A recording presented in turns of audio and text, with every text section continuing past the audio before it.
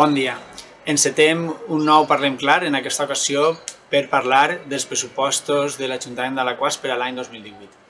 Els pressupostos per al 2018, els pressupostos del 2018 són uns pressupostos prorrogats.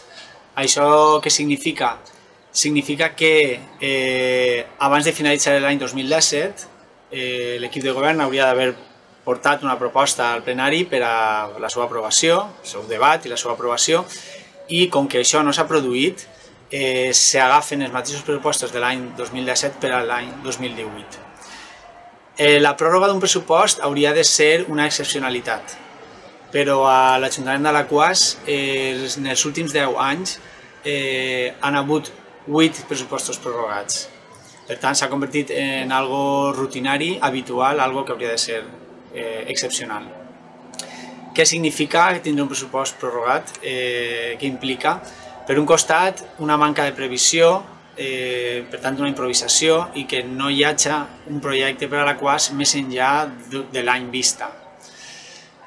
També per un altre costat, la impossibilitat de projectes i inversions noves, ja que tenim els pressupostos i les partides de l'any anterior. I per un altre costat, i no menys important, l'absència total de participació ciutadana i política en l'elaboració dels pressupostos. Continuarem demanant un canvi de dinàmica de treball a l'equip de govern.